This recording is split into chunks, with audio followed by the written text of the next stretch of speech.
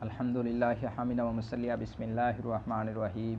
آج ہمارا ترجمہ و ترکیب کا سبق نمبر 28 آیت نمبر 28۔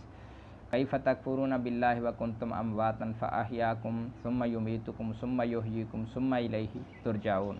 تم اللہ کا کیوں کر انکار کر سکتے ہو حالانکہ تم بے جان تھے، پھر تمہیں زندہ کیا، پھر تمہیں مارے گا، پھر تمہیں زندہ کرے گا، پھر تم اسی کے پاس لوٹ کر جاؤ گے۔ کیفہ اس میں استفہام حال مقدم ہے، تکفرون کے واو ضمیر بارز سے، واو ضمیر جو ہے یہ ذوالحال بن جائے گی، تکفرون فعل اور واو ضمیر بارز ذوالحال، ذوالحال حال مل کر فاعل، با جار لفظ اللہ مجرور جار متعلق تکفرون کے تکفرون فعل اپنے فاعل اور متعلق سے مل کر جملہ فعلیہ خبریہ مستأنفہ۔ وکنتم امواتا یہ پورا جملہ حال بن رہا ہے، تکفرون کے واو ضمیر بارز سے واو حالیہ، تکفرون فعل واو حالیہ، کنتم فعل ناقص، تم ضمیر اس کا اسم، امواتن اس کی خبر، فعل ناقص اپنے اسم اور خبر سے مل کر جملہ فعلیہ خبریہ ہو کر حال الی آخری۔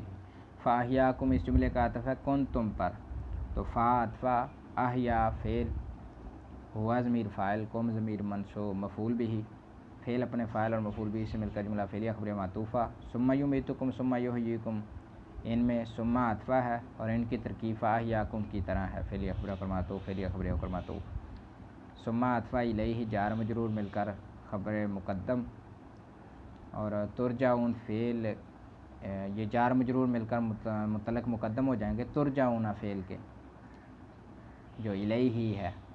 ترجعون فعل مجہول، اس میں واو ضمیر اس کا نائب الفاعل، فعل اپنے نائب الفاعل اور اس متعلق سے مل کر جملہ فعلیہ خبریہ معطوفہ۔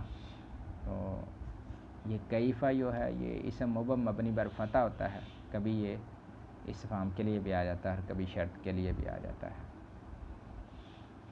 امواتن یہ جمع ہے میتن کی، میتن اصل میں تھا میوتن، واو کو یا کیا اور یا کو یا میں ادغام کر دیا تو میتن ہو گیا۔ السلام علیکم ورحمۃ اللہ وبرکاتہ۔